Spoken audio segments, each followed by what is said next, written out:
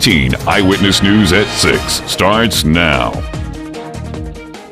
Right now, here are the stories we're following for you. The 52 scientists and tourists rescued from a trapped vessel in the Antarctic still can't get home. Also, new signs of trouble are already popping up for Obamacare in this new year. And now my latest storm tracker weather forecast for the weekend. But first, the first winter storm of 2014 has been pummeling the Northeast, and it had blinding snow and strong winds. Thanks so much for joining us. I'm Dustin Cobb. Forecasters predict that some areas could experience several feet of snow. Caitlin Burke has the latest in our top story. Nearly 2 feet of snow near Boston, more than 18 inches near Rochester, New York, and forecasters say it's not over yet as that massive winter storm lingers and cold temperatures remain across the Northeast. I think it's crazy. It came so fast. I think we got spoiled with all the warm weather that we've been having. Is that a real New England winter is this. The brutal weather's making travel a nightmare. 3 major highways in New York shut down overnight, and at airports across the country, another day of cancellations and delays. I have no idea when we get out of here. They just canceled and said we're supposed to fly this morning and then got canceled again. For millions of school children, the snow means an extended Christmas break. Schools across the region closed today. The storm is impacting 22 states and nearly 100 million people. It started Wednesday in the Midwest, where residents are still digging out. I just cleared the car off, and it was about 3.5, 4 inches on top of the car. This is kind of cleanup number 3. We did yesterday morning, then again yesterday evening, and then here we are again. Back in the Northeast, the snow and strong winds remain throughout the day. Residents warned to stay home until the worst is over. Caitlin Burke, CBN News. More winter weather is expected this weekend across the area. The storm system is expected to come in Saturday night and last through Sunday with several inches of sleet and snow. I'll have a complete forecast for the weekend coming up later in this newscast. Lawmakers are preparing to return to Jefferson City. Among the major issues expected to be debated during the second regular session of the 97th General Assembly is tax reform. Senator Eric Schmidt of Glendale says the move to restructure taxes started with the elimination of the corporate franchise tax. So it was a real disincentive for companies to expand, to build that next plant or to buy that inventory in our state. So over a 5-year period, I think in a responsible way, we eliminated that. Senator Paul Lavoda of Independence expects many of the same issues from this year's regular legislative session to be back during the next session. What should they expect from the next session? And I said, well, watch that movie Groundhog's Day because it's going to be very similar to last time. Second regular session of the 97th General Assembly will start at noon on Wednesday, January 8th. The Missouri State Highway Patrol is reporting that there were no deaths on the state's roads during the New Year's holiday counting period. The holiday counting period started at 6 p.m. Tuesday and lasted through Wednesday. Troopers reported a total of 116 traffic crashes with 42 injuries, along with 47 arrests for driving while intoxicated. During last year's longer counting period, 12 fatalities were reported statewide. Well, the preliminary figures are in, and on Thursday, the Missouri State Highway Patrol says that only 741 people died in traffic crashes last year. That's the lowest number since 683 people died on Missouri roads in 1947. Missouri officials have placed an emphasis on reducing traffic fatalities in recent years. The Department of Transportation has installed cables in the medians of some 4-lane highways to prevent crossover crashes and rumble strips on the side to warn drivers when they are close to running off the road. Since 2005, Missouri traffic fatalities have declined 41%. Of those killed in crashes last year, 63% were not wearing seat belts. It's been a chilly day throughout southeast Missouri, and we've got chilly conditions tonight. 16 in Potosi, 24 in St. Genevieve right now, 25 in Fredericktown, and Gabe Girardeau right now at 26. Looking at your forecast throughout the evening hours, clear skies, 28 degrees at 7 p.m., 28 by 9 by midnight, about 27. We do have some snowfall, some cold, and pretty much cold and snowfall, I guess I should say. We'll have more details on that coming up in just a little bit. In other news, the 52 scientists and tourists rescued from a trapped vessel in the Antarctic still can't get home. Thursday, a helicopter flew the stranded passengers off of the ice pack in groups of 10 and 12. Their ship had been trapped in the ice for more than 10 days. Now they're stuck again, this time because the Chinese icebreaker that sent the helicopter fears it could get stuck as well. So the Australian ship meant to carry the passengers home is hanging around in case it needs to rescue the Chinese.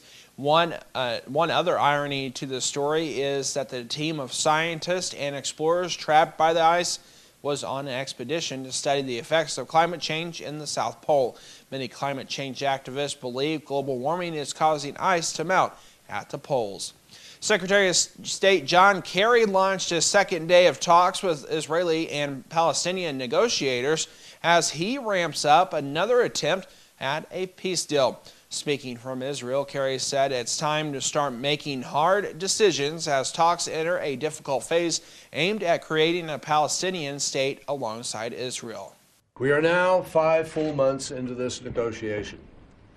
We have always known that achieving peace is a long and complicated process.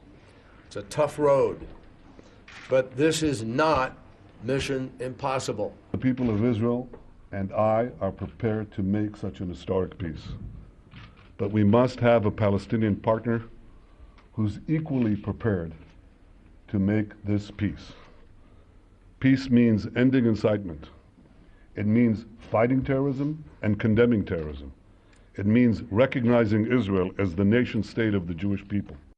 Netanyahu said recent actions and words from Palestinian leaders make Israelis doubt that the Palestinians are committed to peace. About 40,000 new policies have gone into effect for the new year. Most of the new laws are at state and local levels, but one federal law could change the way you light your house. The federal government is now banning the production of all incandescent light bulbs. Lighting manufacturer Osram Sylvania released a survey Wednesday stating only 4 in 10 Americans are aware that both the 60-watt and 40-watt bulbs are phasing out. Other lighting options like the compact fluorescent bulb, also known as CFL, halogen, and LED light-emitting diode, reduce energy use up to 80% compared to the incandescent. Because these bulbs have a higher upfront cost, 30% of American consumers say they will stock up on the traditional bulbs even though the alternatives offer cost savings over time. The move is aimed at promoting more energy-efficient alternatives. For some, the best way to ring in the new year is with an icy cold swim. People from around the world gathered in Pennsylvania to take a dip in the Susquehanna River for this year's penguin plunge. Swimmers ranging in age from 8 to 80 braved the cold temperatures, all for the sake of charity. Volunteers who took the plunge raised thousands of dollars for the Humane Society. The money goes towards finding homes for hundreds of animals in need. Plungers who brave the elements say even though it's cold, the good cause makes it worth it. And we jump in the river or jump in the lake, but first we have to break the ice. It's for a good cause, and I don't like really care if I get cold. I do it because I love animals, and I'm not old enough to volunteer at the Humane Society, so this is a good way for me to help out. This is the 15-year-old's 5th plunge. She has raised over $20,000 to date and says she's looking forward to helping animals find a home.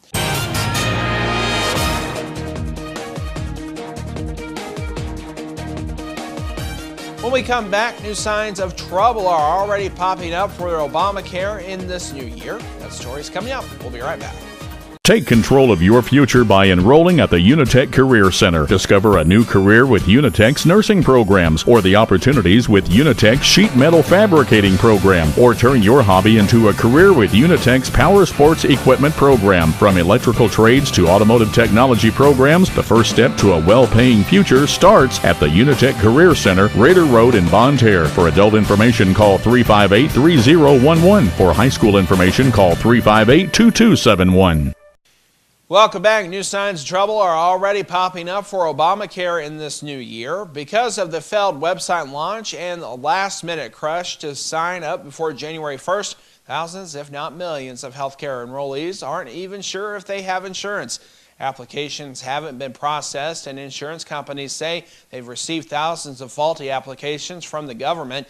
Meanwhile, tens of thousands of potential Medicaid recipients in 36 states are also in limbo. The federal website that was supposed to send their applications to the states failed to do so.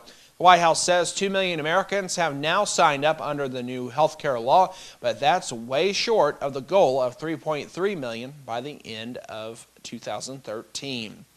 Colorado kicked off the new year by allowing legalized recreational marijuana. Now some in California are pushing to do the same. A recent poll by the American Civil Liberties Union shows 65% of Californians support legalizing pot. And California Lieutenant Governor Gavin Newsom says he is trying to launch a ballot initiative to allow marijuana.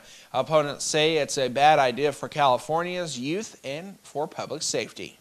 There's no doubt any longer that marijuana is a gateway drug.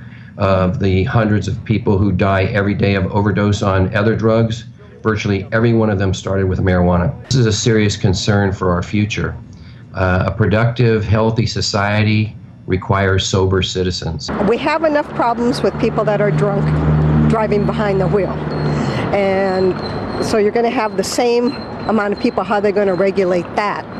This year, the Republicans plan to take back the Senate, and they may be able to do that thanks to the public backlash against Obamacare. But as David Brody reports, the Republicans also face some tough obstacles on the road ahead. Fireworks celebrate the new year, but for Republicans, November could mark a new beginning. The reason? Well, they have a chance to win control of the Senate and rule Capitol Hill. The GOP see Obamacare as their ace in the hole. And the chairman of the Republican National Committee tells CBN News they will use it every chance they get. Politically, the answer is let Obamacare go through. We'll tattoo it to their foreheads and beat them in 2014. The problem with the political answer is that it's a painful thing for a lot of people. That pain can be felt across the country. In Cooperstown, North Dakota, Brooke Fredrickson found out she couldn't keep her health care plan, even though the president said she could. It was a lie. It was a lie. There's millions of Americans all over the country. Just turn on the news. You know, it's really sad. And it's costing President Obama at the wrong time. His approval numbers are down to 43%. That's even lower than George W. Bush, who sat at 47% after 5 years of his presidency. And it could drop even further if the president and Democrats don't quickly resolve Obamacare issues.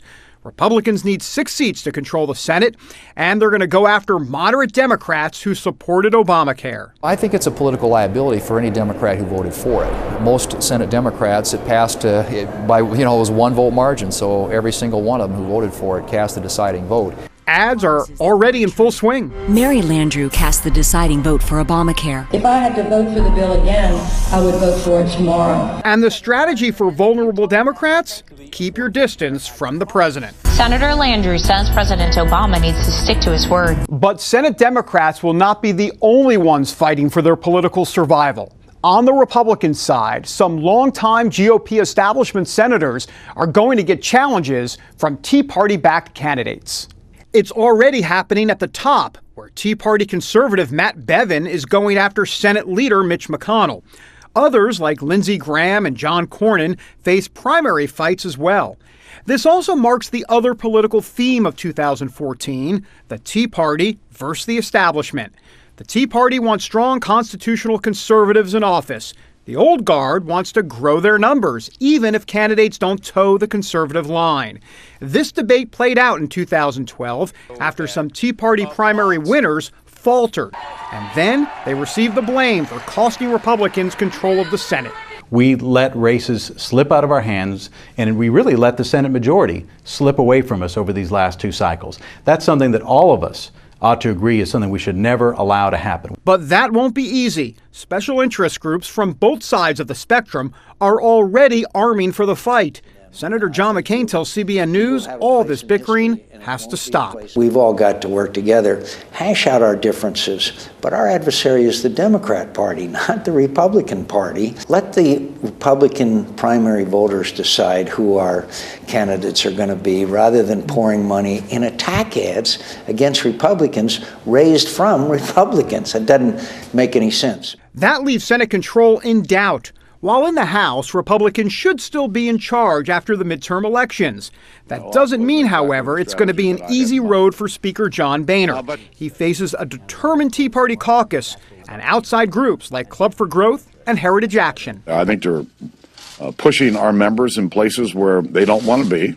And frankly, I just think that they've lost all credibility. Talk radio host Mark Levin believes a fight over the true meaning of conservatism is at hand. They need to embrace and reacquaint themselves with conservative principles, constitutional republicanism, and make the case over and over and over again, and at every angle, fight for it. At every turn, fight for it. So 2014 begins with a fireworks show that will only get hotter as the elections get closer. David Brody, CBN News, Washington. Up next, I'll have your latest Storm Tracker weather forecast. This is coverage you can count on. We'll be right back. When you're recovering from a traumatic injury, the last thing you need is an unexpected bill. Because most health insurers pay only a part of air transport, Archair Medical has a solution, the Omni Advantage program. For a membership fee of $49 per year, Omni Advantage guarantees you and other covered family members will not have to pay anything that your health insurer doesn't provide. In an extraordinary emergency, the last thing you need to worry about is cost. Contact Archair Medical or visit them on the web to discover all the advantages of Omni Advantage. Here is your Storm Tracker forecast. Welcome back. Clear skies and 29 degrees is our current temperature. We have a south wind at 15 right now, giving us a wind chill at 18. Current dew point at 11 with 46% humidity. Taking a look at temperatures across southeast Missouri right now, we have 16 in Potosi, but 28 in Ironton, so that colder air starting to filter in, and we're going to continue to see that colder air. 26 down in Piedmont, and right now in Cape Girardeau at 26 degrees. Across the state of Missouri, we're seeing those colder temperatures. 29 in Columbia, 25 in St. Louis, Springfield at 31 and 35 right now in Kansas City. So what does your forecast look like for the next couple of days? Well, we have major snow possible, major cold definitely moving in, and we've got some major problems likely across southeast Missouri. Taking a look at your forecast across the area for your Saturday, mostly cloudy skies across southeast Missouri. We will be seeing that rainfall start to move into the picture Saturday evening. That snowfall behind it as that temperature drops. So that's going to start Saturday evening, last through Sunday. So how much snowfall are we talking? Well, temperatures are going to be on the cold side, that's for sure. And that moisture that's going to be falling, there's going to be quite a bit. So we're looking at 6 to 10 inches across our area in Farmington, a little bit less further south, about 4 to 7. Further south you go, 1 to 4 inches. But look at that. 8 to almost a foot of snow across portions of Illinois. This band right through here is actually looking like may start to increase in the number, and we may have to jump that number up just a little bit. But stay tuned. We'll keep you updated on my Facebook page, Dustin Kopp, KDKZ. Let's take a look at that forecast overnight tonight. We will see clear skies, 28 degrees at 7 p.m., 28 by 9, by midnight down to 27. Overnight tonight, going to be clear and cold. Definitely a cold night, 25 degrees for your overnight lows. South wind 10 to 15, gusting at 25s. So that wind chill will be down in the teens.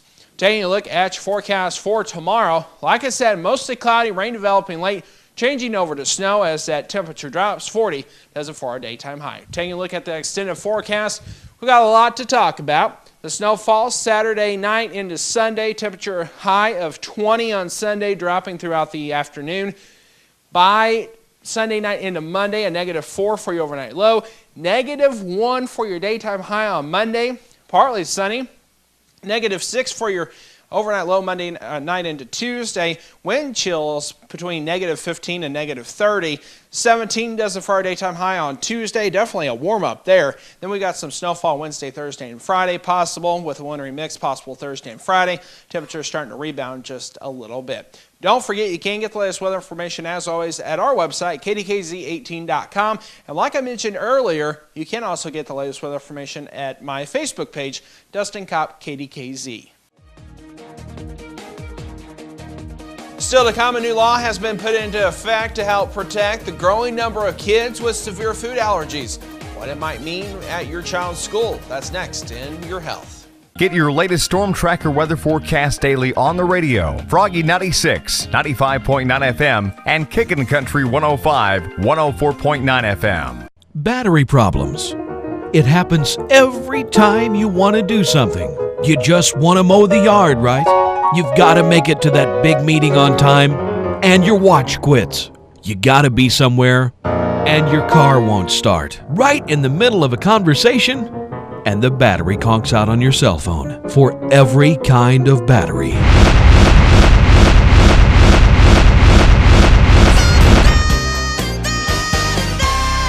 Welcome back. A new federal law took effect this year urging schools to better protect children who suffer from severe food allergies. Since 1997, the number of children with food allergies has gone up 50%, and a growing number of children are having their first allergic reaction at school. With more on how this new law might help, here's Clark Powell. Okay, Alex, I'm going to listen to your heart and lungs now. As a doctor in an emergency department, Sarah Denny has treated dozens of children who've had severe allergic reactions to food. I think I need a little more. As a mother, she's had to do the same. When her son Liam was a toddler, he had a sudden and life-threatening reaction to soy. We could hear our ambulance on our way. I ran out to the curb with Liam in my arms to wait for him, and as I looked down at him, he was just pale, unconscious, and lifeless. Moments before, Denny's husband injected their son with one of these. It's a dose of epinephrine, and in these situations is the only thing that can save a child's life. The Dennys say they're lucky the incident happened at home where they had epinephrine, but that's not always the case. About 25% of children who have their first episode of a severe allergic reaction to a food, it occurs inside the school setting. Dr. David Stukas is an allergist at Nationwide Children's Hospital and a strong supporter of the new law that will put more injectors into our schools. Until now, it was up to parents like Sarah Denny to take epinephrine injectors to their child's school. In an emergency, the school nurse could use them, but only to a child who brought in their own. The new law urges schools to keep extra injectors on hand for anyone who might need them. Food allergies have increased by about 50% in the last decade alone, and currently approximately 2 to 6% of all children have some form of food allergy. And if you think about that, that's really about 1 to 2 children in every classroom in America on average. It's a growing danger Dr. Denny knows all too well, which is why she not only supports the new law, she lobbied for it in Ohio. Not only will it save lives, but I think that this will also raise awareness on food allergies and how dangerous and severe they really can be. At Nationwide Children's Hospital, this is Clark Powell reporting.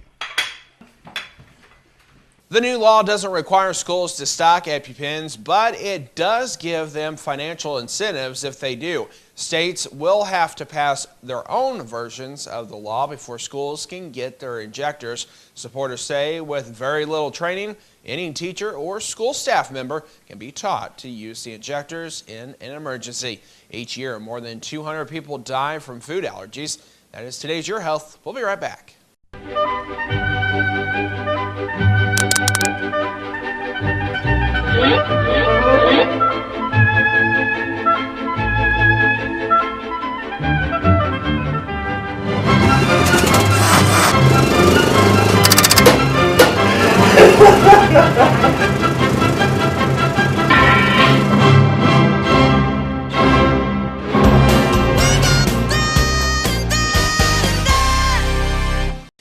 And that does it for 18 Eyewitness News. Stay connected with us by visiting our website. That is KDKZ18.com, and like us on Facebook. Have a great weekend. We'll see you next time.